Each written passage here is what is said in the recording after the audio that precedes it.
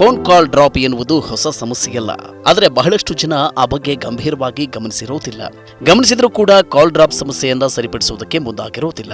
ಆದರೆ ಪದೇ ಪದೇ ಕಾಲ್ ಡ್ರಾಪ್ ಆಗ್ತಾ ಇದ್ರೆ ಮಾತ್ರ ಬಹಳಷ್ಟು ಕಿರಿಕಿರಿಯಾಗುವುದಂತೂ ಸತ್ಯ. ಅಲ್ಲದೆ ತುರ್ತು ಸಂದರ್ಭದಲ್ಲಿ ಕಾಲ್ ಡ್ರಾಪ್ನಿಂದ ಸಾಕಷ್ಟು ಹಾನಿಯೂ ಉಂಟಾಗಬಹುದು. ಕಾಲ್ ಡ್ರಾಪ್ ಆಗ್ತಿದ್ರೆ ನಾವೇನ್ ಮಾಡಬಹುದು? ಸ್ಮಾರ್ಟ್ ಫೋನ್ನಲ್ಲಿ ತುರ್ತಾಗಿ ಒಂದು ಕರೆಯಲ್ಲಿ ಇರ್ತೇವೆ.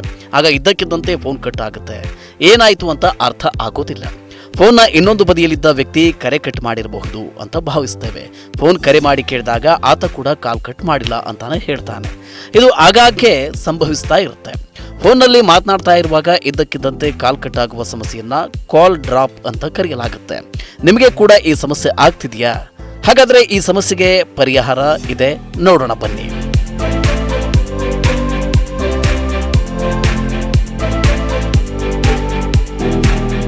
ಮೊದಲಿಗೆ ನಿಮ್ಮ ಪ್ರದೇಶದಲ್ಲಿ ಉತ್ತಮವಾದ ನೆಟ್ವರ್ಕ್ ಇರುವ ಸಿಮ್ ಕಾರ್ಡ್ ಅನ್ನು ಆಯ್ಕೆ ಮಾಡಿಕೊಳ್ಳಿ. ನೀವು ವಿವಿಧ ಆಪರೇಟರ್ಗಳ ಸಿಮ್ ಕಾರ್ಡ್ಗಳನ್ನು ಬಳಸಿಕೊಂಡು ಹೋಲಿಸಬಹುದು.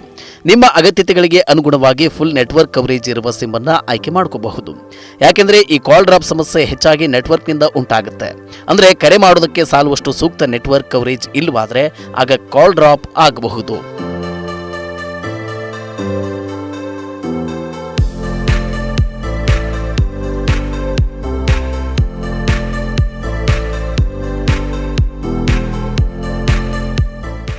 ಕರೆ ಮಾಡೋದಕ್ಕೆ ಯಾವಾಗಲೂ ಉತ್ತಮವಾದ ಸಂಪರ್ಕ ಅಥವಾ ಸಿಗ್ನಲ್ ಅಗತ್ಯ ಇರುತ್ತೆ. ನೀವು ಫೋನ್ನಲ್ಲಿ ಮನೆಯೊಳಗೆ ಮಾತನಾಡುವಾಗ ಮಾತ್ರ ಈ ಸಮಸ್ಯೆ ಆಗ್ತಿದ್ರೆ ನಿಮ್ಮ ಮನೆಯ ಒಳಗೆ ಸಿಗ್ನಲ್ ಸರಿಯಾಗಿ ಸಿಗ್ತಾ ಇಲ್ಲ ಎಂದರ್ಥ. ಆದ್ರಿಂದ ಫೋನ್ ಸಂಪರ್ಕ ಕಡಿತಗೊಳ್ತಿದೆ. ಹಾಗಾಗಿ ಫೋನ್ ಬಂದ ಸಂದರ್ಭ ಮನೆಯಿಂದ ಹೊರಗಡೆ ಬನ್ನಿ ಅಥವಾ ಟೆಲಿಕಾಂ ಆಪರೇಟರ್ ಅವರಿಗೆ ದೂರನ್ನ ಕೊಡಿ. ಕೆಲವೊಮ್ಮೆ ಬಹುಮಹಡಿ ಕಟ್ಟಡಗಳಲ್ಲಿ ನೆಲಮಹಡಿಯಲ್ಲಿ ಕೂಡ ನೆಟ್ವರ್ಕ್ ಸಮಸ್ಯೆ ಇರುತ್ತೆ. ಆ ಸಂದರ್ಭದಲ್ಲಿ ಕಾಲ್ ಡ್ರಾಪ್ ಆಗಬಹುದು.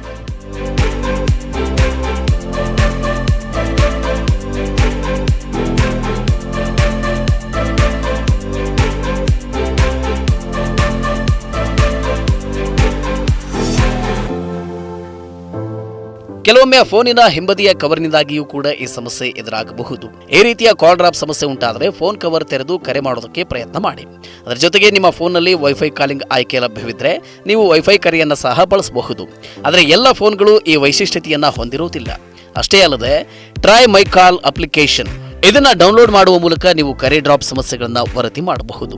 ನಿಮ್ಮ ಕರೆ ಗುಣಮಟ್ಟದ ಡೇಟಾವನ್ನ ರೆಕಾರ್ಡ್ ಮಾಡೋದಕ್ಕೆ ಮತ್ತು ಅದನ್ನ ಟ್ರೈಗೆ ಕಳಿಸೋದಕ್ಕೆ ಈ ಅಪ್ಲಿಕೇಶನ್ ನಿಮಗೆ ಅನುಮತಿಸುತ್ತೆ.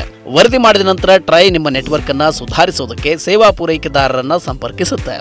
ಈ ಮೂಲಕ ಸಮಸ್ಯೆ ಬಹಳ ಸುಲಭವಾಗಿ ಬಗೆಹರಿಯುತ್ತೆ. ಉಳಿದಂತೆ ನಿಮ್ಮ ನೆಟ್ವರ್ಕ್ ಪೂರೈಕೆದಾರರ ಕಸ್ಟಮರ್ ಕೇರ್ ಸಂಪರ್ಕಿಸಿಯೂ ದೂರನ್ನ ಕೊಡಬಹುದು.